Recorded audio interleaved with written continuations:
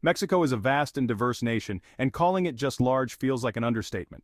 Ranking as the 13th largest and 10th most populous country globally, Mexico stands out as an underappreciated titan among nations. When we think of the Americas, we often consider countries like the United States, Canada, Brazil, and Argentina. Even Colombia makes quite an impression. But nestled between Mexico and Colombia is a collection of smaller nations that form Central America. The question arises, why is Central America composed of several smaller countries rather than a single large entity like many of its neighbors? Before we dive deeper, if you're fascinated by the intricate histories and diverse cultures of our world, be sure to subscribe to Infinity Curiosity. We explore fascinating topics and uncover the stories behind the headlines. Hit that subscribe button so you never miss an episode.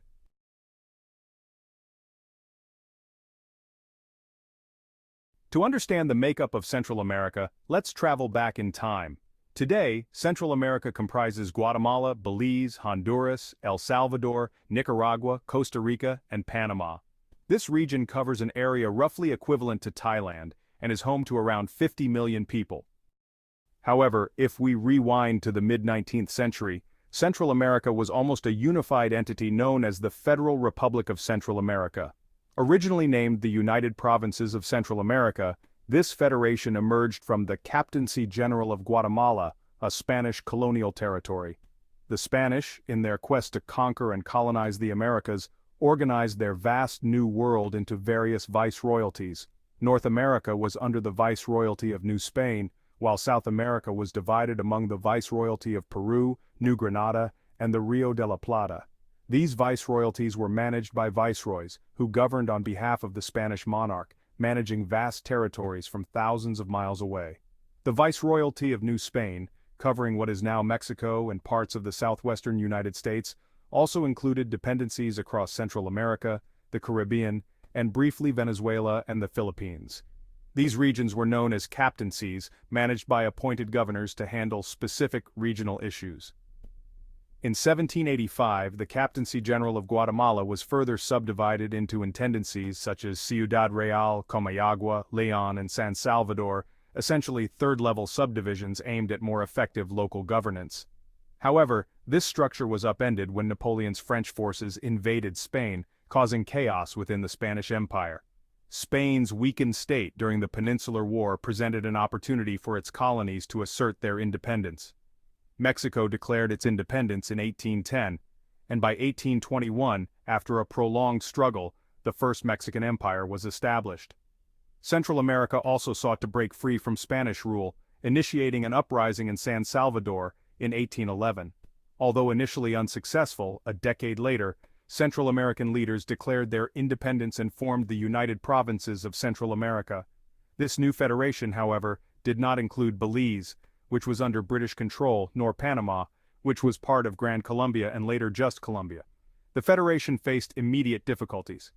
Within months, political conflicts led to its integration into Mexico. However, the union was short-lived due to internal strife and resistance from Central American liberals. The collapse of the Mexican Empire in 1823 allowed Central America to reassert its independence, but it struggled with internal issues and political instability. The Federal Republic of Central America faced severe divisions between liberals and conservatives. Liberals favored separating church and state and reducing executive power, while conservatives preferred maintaining the Catholic Church's influence and a strong executive government. Manuel José Arte, a liberal, initially served as president but later dissolved the assembly. Francisco Morazán, another liberal, succeeded him and implemented reforms, including reducing the church's influence and relocating the capital to San Salvador. However, this decision was later reversed. The 1830s were marked by civil wars and epidemics, with tensions between liberal and conservative factions exacerbated by poverty and disease. The cholera outbreak of 1837 was even labeled divine punishment by the clergy for the liberals. Nicaragua withdrew from the Federation in 1838, followed by Costa Rica, Honduras, and Los Altos. By 1840, the Federal Republic of Central America had effectively disintegrated, with El Salvador declaring its independence the following year. One captivating aspect of Central American history is the impact of indigenous cultures. The Maya civilization flourishing in present-day Guatemala, Belize, Honduras, and parts of Mexico left a rich cultural legacy. The Maya were known for their advanced knowledge in mathematics, astronomy, and architecture. The ruins of their cities, such as Tikal and Copan, continue to attract scholars and tourists, offering a glimpse into their sophisticated society. The Maya developed one of the most intricate writing systems in the pre-Columbian Americas and built impressive structures, including pyramids and observatories. In addition to the Maya, Central America was influenced by other indigenous groups like the Lenca, the Quiche, and the Corotega. These cultures contributed to the region's rich tapestry, with their traditions and languages continuing to shape Central American identity today. For instance, the Lenca people of Honduras and El Salvador have a strong cultural presence, with traditional crafts and festivals that celebrate their heritage. Central American history is also intertwined with European colonial powers. The Spanish colonization brought significant changes, but other European nations like the British and the French also left their mark. The British influence in Belize, known historically as British Honduras, shaped its distinct cultural and political landscape compared to its Spanish-speaking neighbors. Belize's official language is English, a remnant of its colonial past, and its culture reflects a blend of Caribbean, African, and Mayan influences. In the early 20th century, the construction of the Panama Canal was a monumental event in Central American history. Completed in 1914, the canal connected the Atlantic and Pacific Oceans, revolutionizing global trade routes. The canal's construction was a feat of engineering and diplomacy involving significant U.S. investment and intervention. The U.S. controlled the canal zone until 1999, when it was handed over to Panama.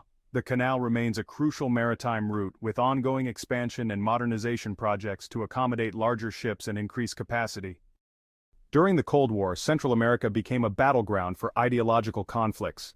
The United States supported various anti-communist regimes and insurgent groups, leading to prolonged and devastating conflicts. In El Salvador, the Civil War from 1979 to 1992 was marked by severe human rights abuses and international involvement.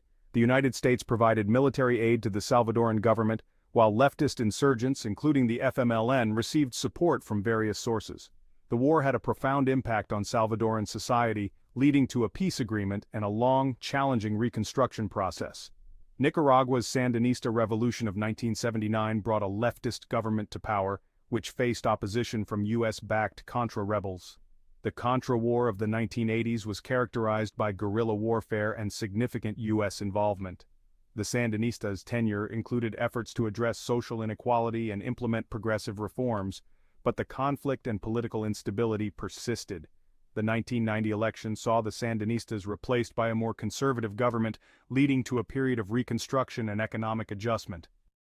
In recent decades, Central America has made strides towards regional integration and cooperation. The Central American Integration System, or CICA, established in 1991, aims to promote political and economic collaboration among its member states. CICA includes the former members of the Federal Republic of Central America, along with Panama, Belize, and the Dominican Republic. The organization works on various issues, including trade, security, and environmental sustainability. One notable achievement of CICA is the Central America IV Border Control Agreement, which facilitates easier movement of people and goods across borders. This agreement allows citizens of the four member countries to travel with a single visa and promotes greater regional unity. Although not as comprehensive as Europe's Schengen area, it represents a significant step towards closer integration. Central America is also known for its vibrant cultural traditions and natural beauty. The region boasts a diverse range of festivals, music, and cuisine.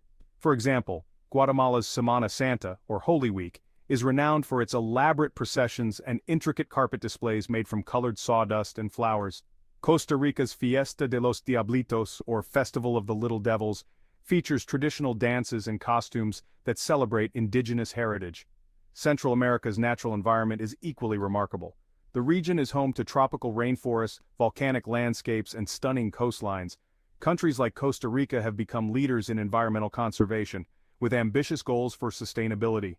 Costa Rica aims to achieve carbon neutrality by 2050 and has established a network of national parks and reserves to protect its rich biodiversity. Despite its natural beauty and cultural richness, Central America faces challenges such as poverty, violence, and political instability. Many people from the region migrate to other countries in search of better opportunities and safety. The migration issue has led to complex discussions about immigration policy and regional cooperation. Efforts to address these challenges include initiatives by regional organizations, international partners, and grassroots movements. Programs aimed at combating corruption, improving education, and promoting economic development are underway. The involvement of local communities and international organizations is crucial in building a more stable and prosperous future for Central America. The story of Central America is one of resilience, diversity, and transformation. From ancient civilizations to contemporary regional dynamics, the region's history is rich and multifaceted. By understanding its past and present, we gain insight into the factors that shape its unique identity and future. If you're captivated by the historical and contemporary dynamics of Central America, Infinity Curiosity is your go-to channel for exploring these intriguing topics. Don't forget to hit the subscribe button and join us on a journey through the fascinating stories and histories that define our world.